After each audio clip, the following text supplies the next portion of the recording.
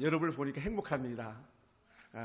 그 노래 가사가 생각나네요. 나는 행복합니다. 나는 행복합니다. 정말 정말 행복합니다. 이 70년대 노래인데 아마 윤한기 씨가 불렀을래나요? 여러분 보니까 행복합니다. 여러분 옆 사람, 뒷사람 한번 보세요. 행복한가? 할렐루야. 우리가 행복의 주인공인 줄 믿습니다.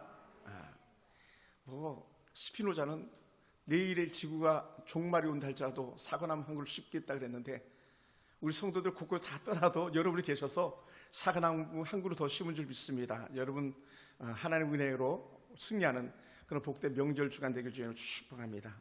제가 어제 설교를 준비하면서 우리나라를 이렇게 생각하면서 또 이렇게 강의도 좀 들어보는 중에 우리나라 정말 위대한 나라다라는 생각이 들었어요. 위대한 나라 대한민국. 그래서 제가 이렇게 원고에도 썼어요. 대한민국. 예전에 정수라 노래 같으면 하늘엔 조각구름 떠 있고 강굴에 유람선이 떠 있고 우리 조국 우리 조국 영원하여라. 여러분 대한민국이 얼마나 정말 위대한 나라냐면요,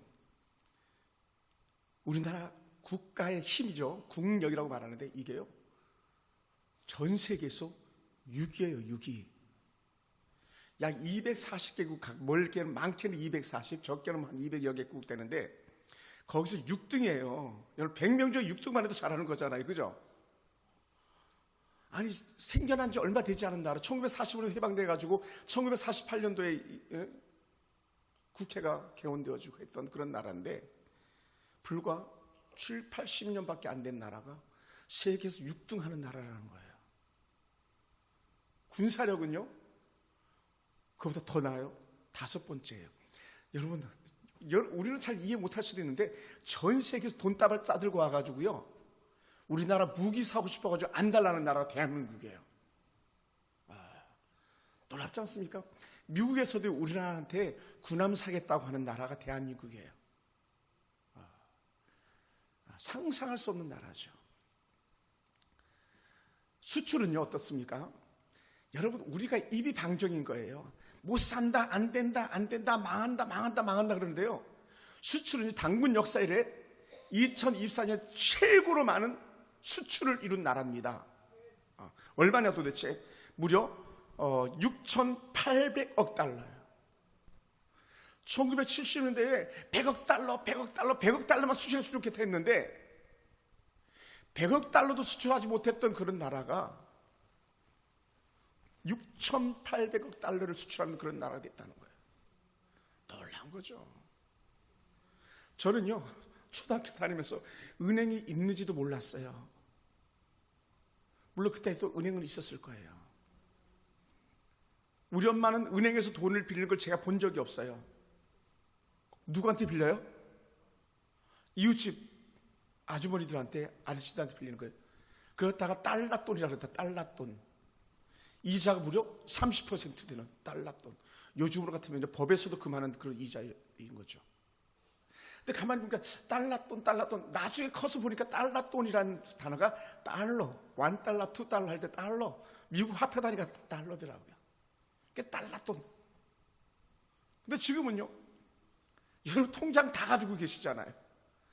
저도 조금 전에 또 이제 조화를 보내야 돼서 카카오톡으로 돈 탁 쏴줬는데 언제든지 어디서든 돈이 필요하면 찾아 쓸 수 있고 사서 쓸 수 있는 그런 나라 대한민국.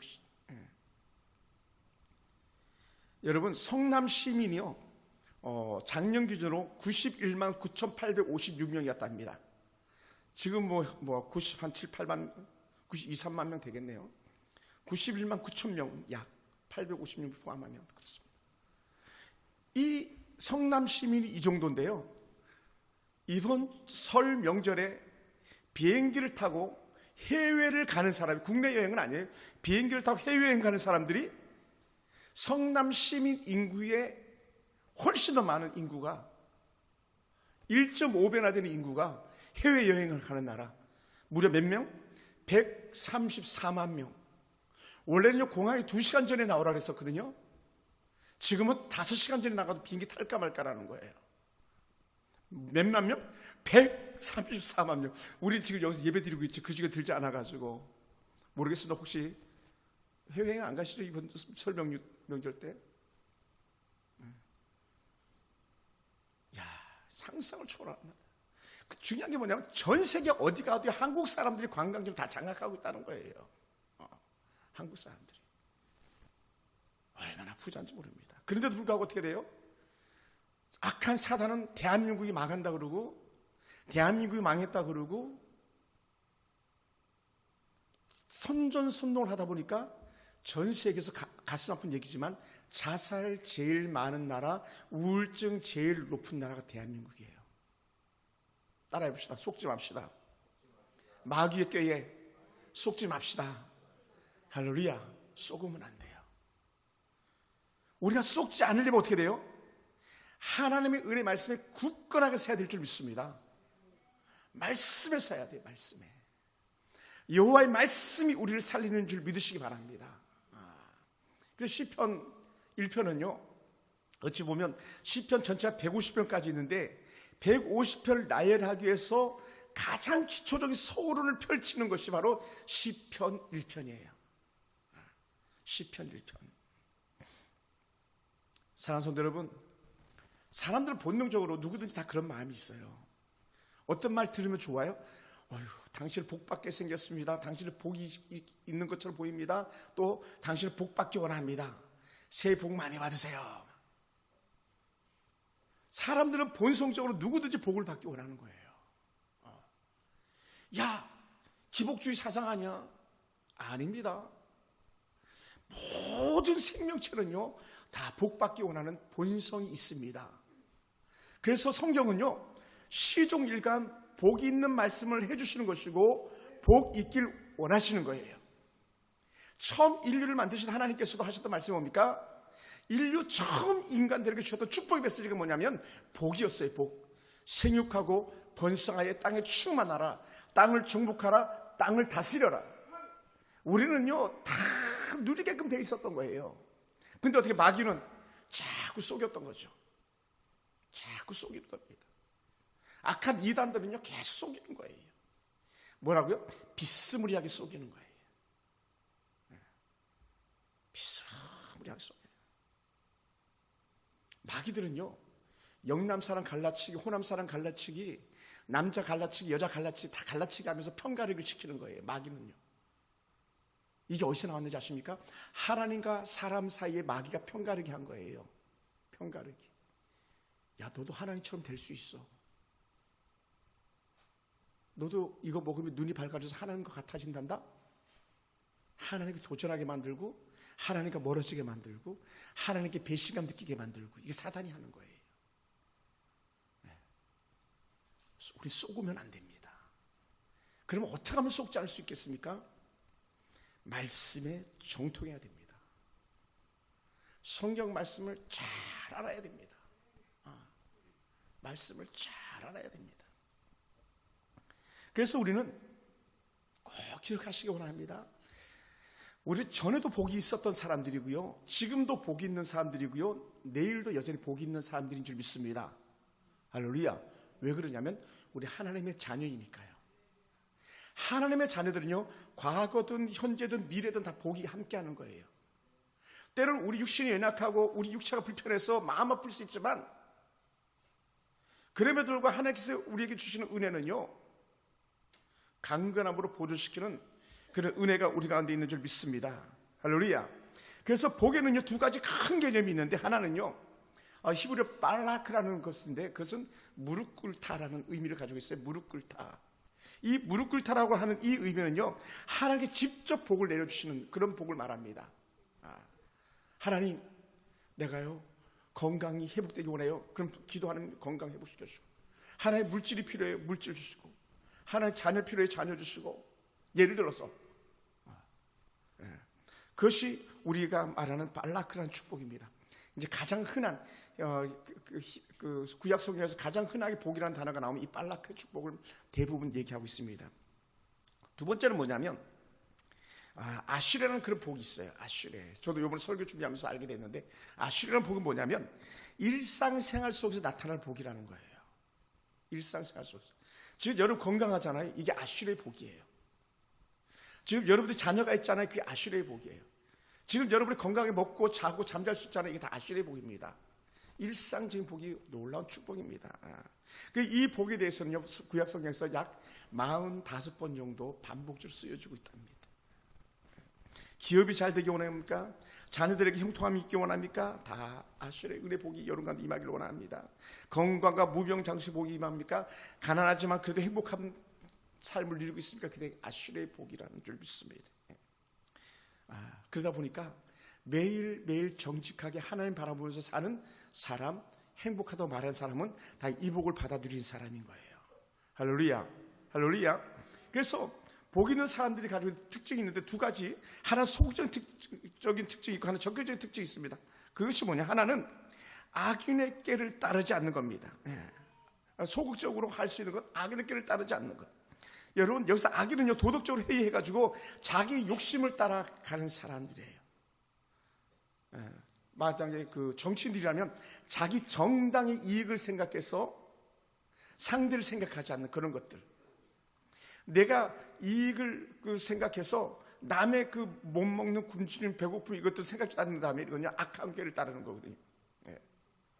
그러므로 복 있는 사람은 이런 악한 꾀에 빠지지 않습니다.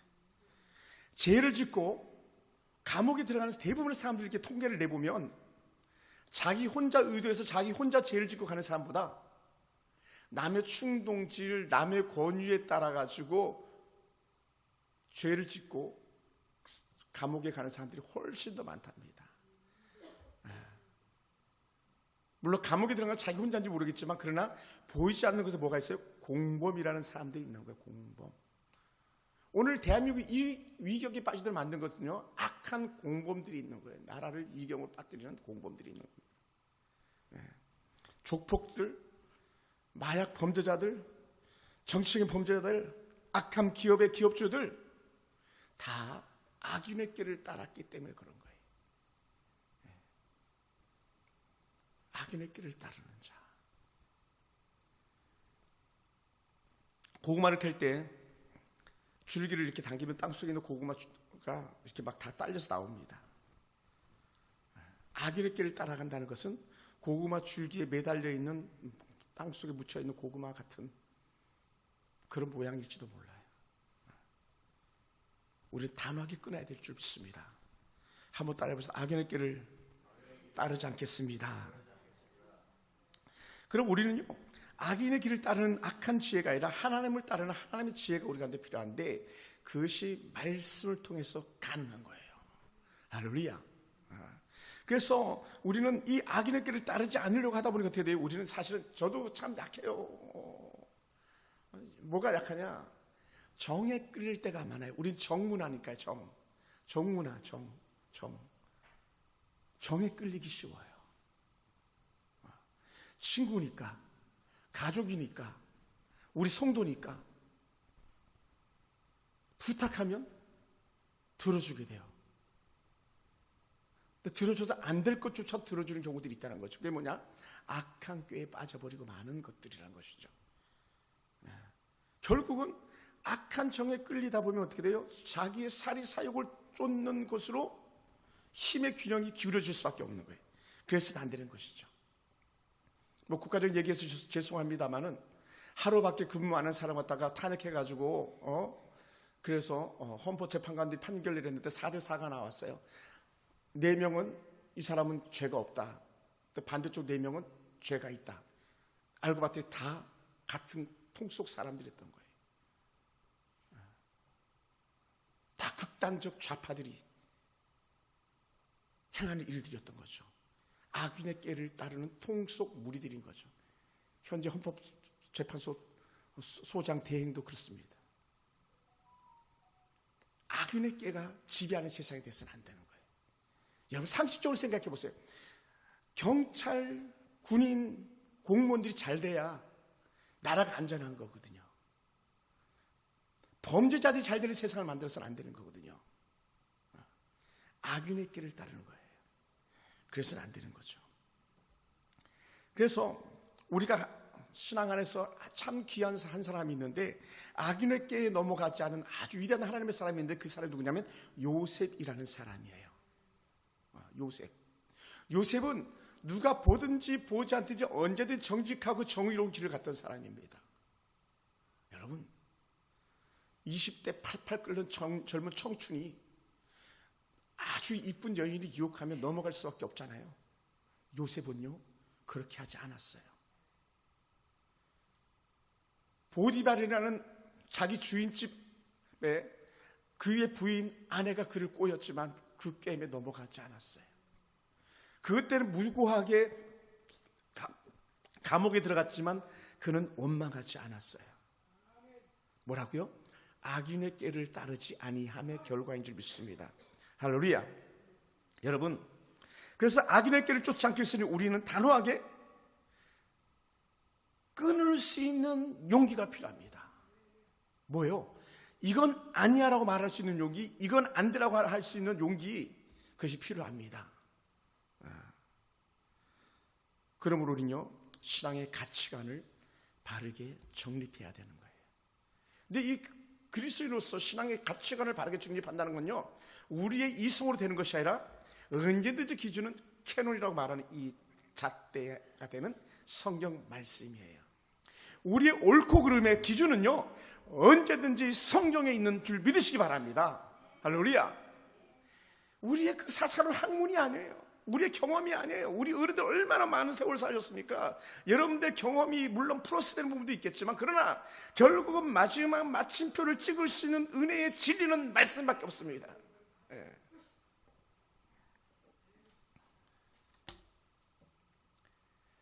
그러다 보니까 죄인의 길에 함께 서지 않습니다. 예.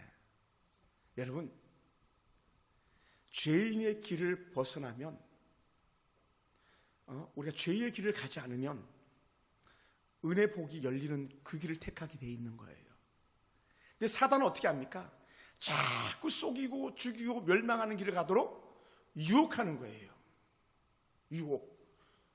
제가 어려서 산에 이렇게 많이 다녀봤는데, 다녀보면 우리가 먹는 버섯은요, 이쁜 버섯이 거의 없더라고요. 그런데 못 먹는 버섯은 보면 볼수록 아름다운 자태를 자랑해내요. 그러다 우리 이렇게 말하죠. 독버섯이라고요. 따라합시다. 곱다고 다 좋은 게 아닙니다. 보기 좋다고 다 옳은 게 아닙니다. 때로는 투박해 보이고, 때로는 미련해 보이고, 때로는 어리석어 보여도요, 그 속에 진리가 있느냐, 그 속에 하나님의 은혜의 말씀이 있느냐가 진짜를 나타내는 줄 믿습니다. 할렐루야. 예, 그래서 죄인이 뭡니까? 죄인을 다른 말로 표현하면 이런 거예요. 하나님의 뜻을 거역하고 벗어나 있는 자들이에요. 그리고 죄인의 길의 선자가 뭡니까? 하나님의 뜻의 길을 들어서야 됨에도 불구하고 하나님의 길을 벗어나 있는 자들인 것이죠. 그래서 예수님께서 뭐라고 말씀하셨습니까? 얘들아, 너희가 죄인의 길로 가면 안 되고 내 길로 따라와라, 나를 따라와 말씀하신 거예요. 그래서 뭐라고 말씀하셨습니까? 내가 길이지 않니? 내가 진리지 않니? 이렇게 말씀하셨던 거예요. 반면 악한 사단은요, 속이고 죽이고 멸망시키는 거짓된 것을 강조하잖아요. 사랑하는 성도 여러분, 그러므로 죄인의 길이란 단어는요, 우리의 가는 방향을 표시해 줍니다. 세상 사람들이 가는 방향으로 가는 것이 아닙니다. 우리는 세상 사람들이 따르는 취향대로 따르는 사람이 아닙니다. 세상 사람들이 바라보는 육신의 안목의 정욕, 이생의 자랑거리를 따르는 사람들이 아닙니다. 우리는 죽으나 사나 하나님 은혜 말씀 따라 사는 그런 사람들이 되길 주님을 축원합니다. 그래서 가치 기준이 많은 사람이 다 옳아요 라고 할지라도 우리는 성경에서 아니요 하면 아닌 거예요. 아멘. 성경에서 아니라고 하면 아닌 거예요. 우리의 기준은 언제든지 하나님의 말씀이니까요. 그래서 민수기 16장에 보면요, 아주 정말 그 보기 싫은 그런 장이 하나 나오는데, 그게 뭐냐면 모세에게 반기를 드는 사람들이었어요. 레위의 증손 고앗 손자 이스라엘의 아들 고라와 루벤 자손 엘리압의 아들 다단과 아비람과 벨렛의 아들 오온이 당을 지었습니다. 그리고 이스라엘 총회를 이끌어가는 지휘관 150명을 선동해서 모세를 대적했습니다. 모세, 너는 아니야. 모세 파이어, 무슨 말 하면 뭐 이렇게도 해석해도 어떨지 모르겠어요. 뭐 마음이 불편할지도 모르겠네요. 대통령 탄핵이야 이렇게 했을지도 몰라. 당을 지어가지고 지금 이 나라가 그 행태 가운데 있는 거거든요. 모세 파이어.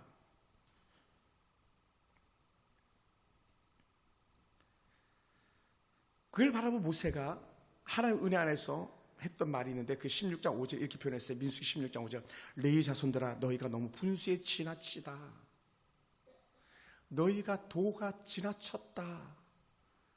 이걸 갖다 저는 이렇게 해석하고 싶어요. 너희의 악이 가득 찼다. 죄가 가득. 여러분, 우리는 뭐가 차야 될 사람입니까? 하나님 은혜가 차고 또 은혜가 차고 은혜가 차야 될 사람들이거든요. 근데 죄가 가득 찼다는 거예요. 죄가 가득한. 여러분, 우리는 분별력을 가져야 됩니다. 내가 죄를 채울 사람인가? 아니면 하나님의 은혜를 채울 사람인가? 내가 죄의 길에 들어설 사람인가? 하나님의 은혜의 길로 나갈 사람인가를 우리는 날마다 새롭게 분별해 나가는 그런 지혜가 우리 가운데 필요한 줄 믿습니다. 할렐루야. 그러니요, 이런 자들을 하나님께 가만두실 수가 없었던 거예요. 왜냐하면 200만 명의 대군을 이끌고 목적지인 가나안 땅에 들어가야 되는데 이걸 방해하니까 하나님께서 레위 자손 이스라엘의 아들 고라 가만둘 수가 없어요. 르벤은요, 이스라엘 야곱의 아들 장자거든요. 장자의 가문은 책임이 있는 거예요. 이끌어갈 의무가 있는 거예요. 그런데도 불구하고 모세에게 방귀를 들어서 모세를 적극적으로 도와야 될 사람이 방귀를 들어가지고 르벤 자손들을 가만히 둘 수가 없었습니다. 그래서 이렇게 하나님께서는 하나님의 은혜의 길이 아니라 반란의 길로 갔던 자들 이렇게 처지하셨습니다. 민수기 16장 31절부터 33절 제가 한번 읽어볼게요. 그가 이 모든 말을 마치자마자 그들이 섰던 땅바닥이 갈라지니라. 땅이 그 입을 열어 그들과 그들의 집과 고라에게 속한 모든 사람과 그들의 재물을 삼킴에 그들과 그의 모든 재물이 산채로 수월에 빠지며 땅이 그 위에 덮이니 그들이 회중 가운데서 망하니라. 완전히 흔적도 없이 사라져버리고 마는 거예요. 망하니라. 광야에서요, 모세의 길을 따르는 사람이 있습니다. 반대로 누구 길을 따라요? 고라의 길을 따랐던 사람들이 있는 것이죠. 모세를 따르는 사람들에게는 하나님이 함께 했습니다. 반면에 고라의 길을 따르는 자들은요, 땅이 입을 벌려서 다 삼켜버리고 말았습니다. 거기에 지휘관 150명도 포함되는 거겠죠. 누구를 따르겠습니까? 우리는 늘 말해야 됩니다. 나는 하나님 편에 서겠습니다. 나는 하나님의 길을 걷겠습니다. 이런 고백이 날마다 우리가 입어야 될 줄 믿습니다. 북한의 김일성을 따르는 자들은요, 지금 저주가 임했잖아요. 러시아의 볼셰비키 혁명 이후로 여전히 남아있던 그 자들은 지금 저주거든요. 러시아는 저주예요. 예전에 소비에트 연방공화국, 키르기스탄, 카자흐스탄, 우즈베키스탄 등등해가지고 잘 사는 나라 한 나라도 없습니다. 다 저주입니다. 반면에 하나님의 뜻을 따르고 주의 길을 갔던 나라들은 어떻습니까? 부귀와 영화가 극에 달하고 있습니다. 그 나라가 우리나라입니다. 사랑하는 성도 여러분, 그러므로 오늘 시편에서 이렇게 고백합니다. 오만한 자의 자리에 앉지 않는다. 따라가서 그 자리에 털썩 주저앉지 않는다는 거예요. 오만한 자는요, 쉽게 이렇게 해석해 주더라고요. 책을 보니까 뭐라고 표현했냐면, 하늘을 대고 주먹질을 하는 사람들이래요. 하나님을 향하여 주먹질하는 사람.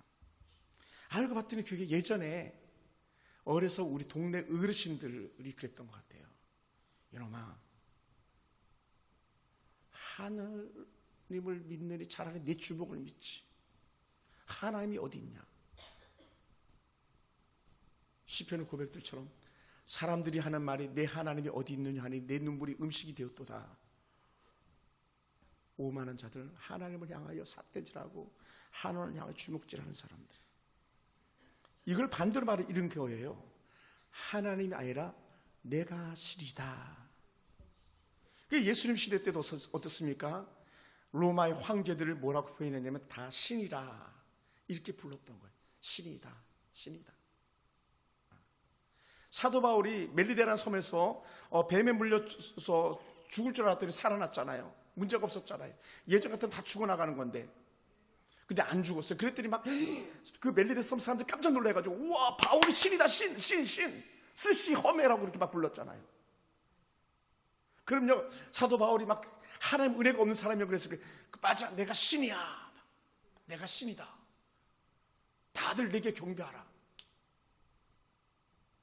그것이 된 것이죠. 그럴 수가 없는 거예요. 그러면 우리는 하나님을 높이고 하나님 은혜 안에 사는 자들에게 어떤 은혜 주신다 말씀이냐면요, 제가 아주 참 좋아하는 말씀이기도 합니다.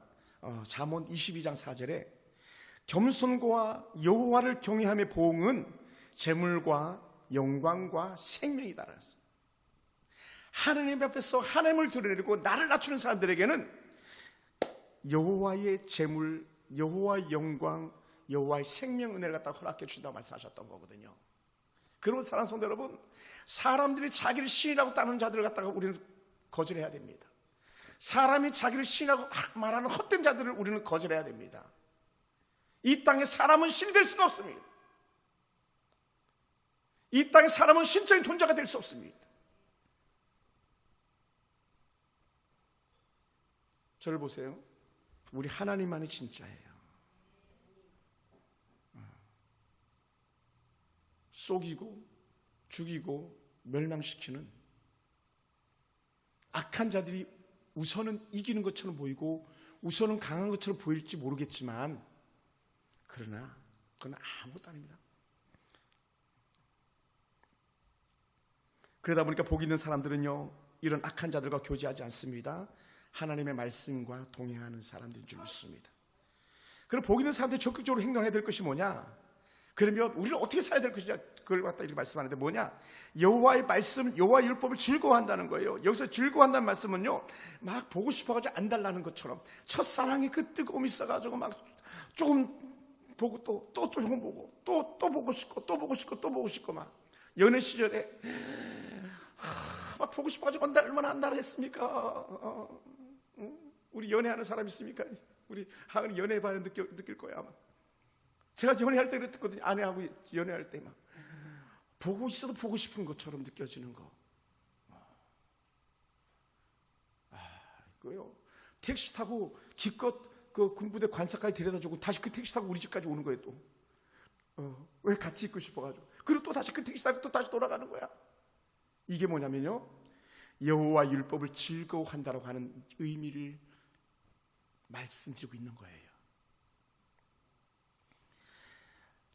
아주 그냥 폭 빠지는 거예요. 폭 빠져요. 뭐라고요? 두 눈이 먼다 그러잖아요. 막 눈이 멀어. 그래야지 결혼한다 그러잖아요. 그래서 연애는 그렇게 오래 길게 하면 결혼 못 합니다. 물론 하는 경우도 간혹 있겠지만 그건 기적이죠. 그냥 흠이 안 보이는 것은요, 연애 초기지.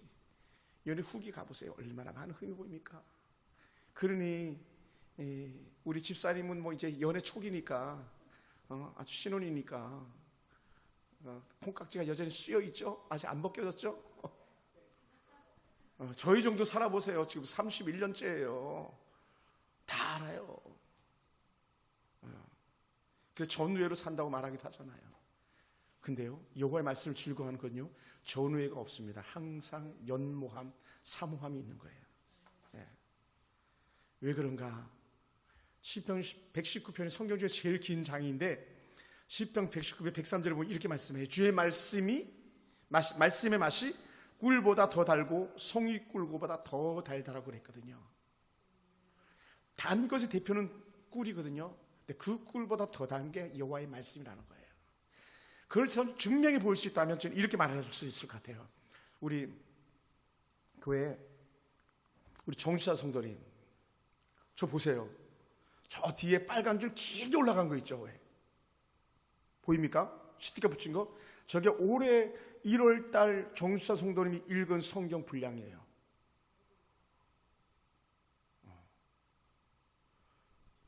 이제 얼마 안 있으면 그 성경을 일독하시는 거예요. 지난 4월에 교회 등록하셨고 1월 첫째 주에 세례 받았는데 성경은 양준일 집사보다 더 많이 읽었을지도 모르겠네, 그죠? 홍아 집사님도 쉽지 않을 것 같은데 성경 몇 독일 하셨는지 모르겠지만, 그게 뭐냐면 제가 하고 싶은 얘기 그게 아니고 우리 성도님이 하나님의 은혜 말씀에 연모함이 쏙 빠져 있는 거예요. 저 그렇게 보고 싶습니다.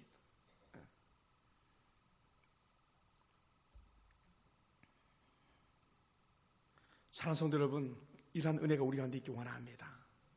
그리고 두 번째는 주야로 말씀을 묵상한다 그랬어요. 주야로 말씀을 묵상하나이다. 하나님께 명령하실 때는 항상 말씀을 묵상하라고 그랬어요. 말씀을 그 입에 떠나지 말게 하라고 그랬어요. 여호수아에게 명령 내릴 때도 말씀.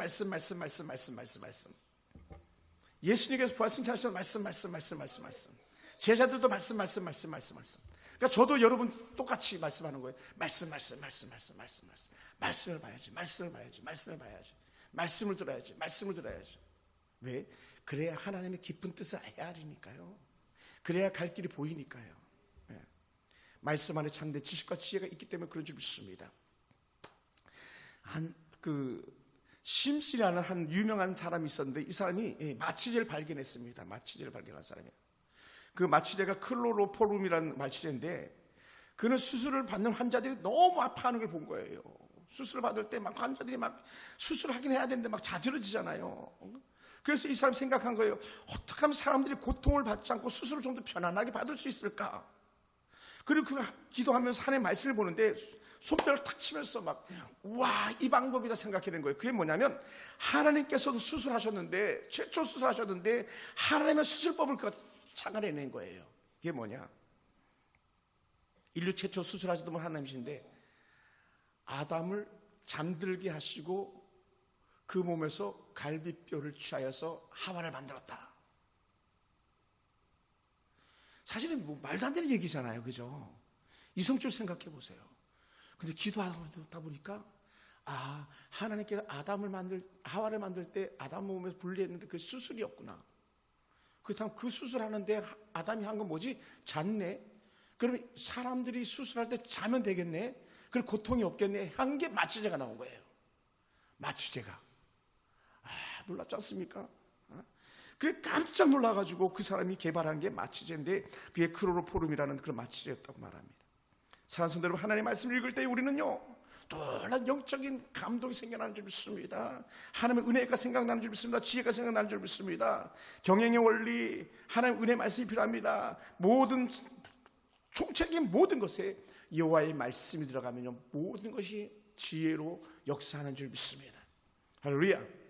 그래서 공부 잘하기를 원한다면요 아이들에게 말씀을 읽게 하셔야 되는 거예요. 성경을 읽게 하라. 성경을 깨닫게 하라. 성경을 배우게 하라. 그러면 살 길이 열리는 거예요. 아이들의 미래가 열린 줄 믿습니다.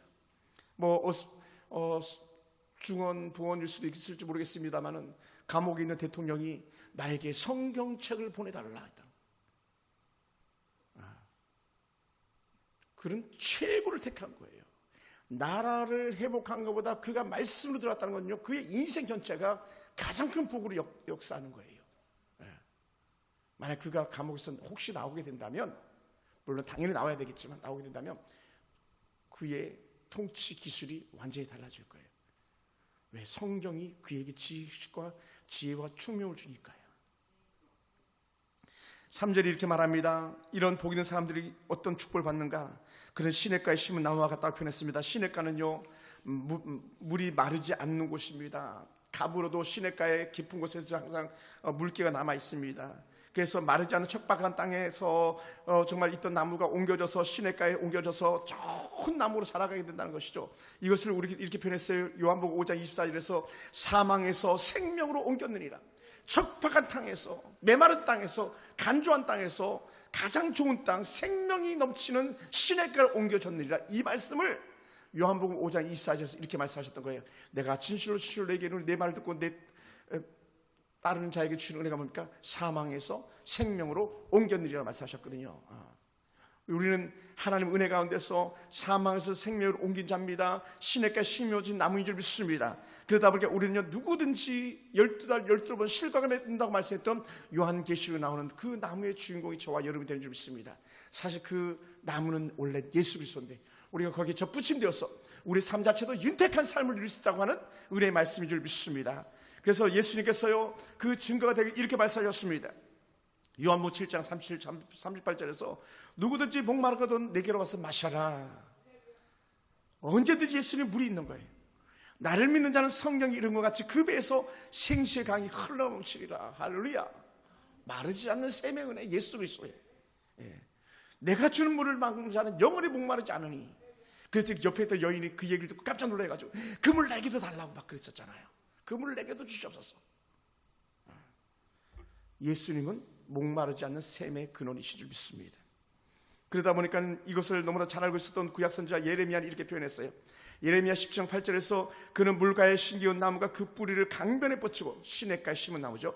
더위가 올지라도 두려워 아니하며 그 잎이 청청하여 가무는 해에도 걱정이 없고 결실이 그치지 아니함과 같다. 할렐루야. 저는요 이거 금방 저는 이해가 돼요. 왜냐하면 제가 살던 시골 고향은요 그 물이 많아가지고 과일나무들이 풍성히 있거든요. 감나무, 대추나무, 밤나무 할 것 없이 열매가 막 주렁주렁 맺혔었거든요. 저는 이것을 너무나도 이해가 쉽습니다. 그리고 특징이 뭔가 그 잎사귀가 마르지 아니함 같도다. 나무의 생명력 그 잎에서 수분을 흡수하고 그 잎에서 광합성 작용해서 영양물을 끌어당기는 건데 그 잎이 마르지 아니하니 이 나무가 영원한 거예요. 이스라엘에서는 이 나무를 갖다 이렇게 얘기하더라고요. 올리브 나무라고 그러더라고요. 그래서 올리브유가 그래서 좋답니다. 물론 설교 그 결론 아닙니다만 항암 작용이 올리브유만한 게 없다고 얘기를 해요. 왜? 그 나무는 기본적으로 4,000년, 5,000년을 산답니다. 우리 400년, 500년만 살아 와 하는데 4,000년, 5,000년 사는 나무, 이게 영생수라고 말하는 거죠. 그 영생수는 예수 그리스도다. 사랑하는 성도, 그러므로 우리는 마르지 않는 샘의 축복이 있기를 원합니다. 은혜가 마르지 않기 원합니다. 마음에 기쁨이 넘쳐나기 원합니다. 하나님 놀라 은혜에서 사랑이 넘쳐나기 원합니다. 언제든 진리의 말씀에 살아서 예수 그리스도를 믿는 자의 참된 모습이 나타나길 주시기 원합니다. 사랑하는 성도 여러분, 여러분의 삶이 어떻습니까? 악한 자들의 모습은 어떻습니까? 악인은 간단 명료합니다. 바람에 나는 겨와 같도다. 악인은 그렇지 않으며 바람에 나는 겨와 같도다. 바람에 나는 겨는요 따로 챙겨가지고 다 불구성이 다 태워버리는 거거든요. 하나님의 은혜가 없는 악한 꾀를 따르며 사단의 길로 다니는 이들은 바람에 나는 겨와 같도다 했습니다. 우리는 오늘 시편 1편을 통해서 다시 한번 깊은 은혜가 있기 원합니다. 우리 하나님께서 복 주시는 발라크의 은혜도 있고 아슈르의 은혜도 있는데 이 은혜는 결국 뭐냐? 주와 동행하는 것, 주와 함께하는 은혜인 줄 믿으시기 바랍니다. 기도하겠습니다.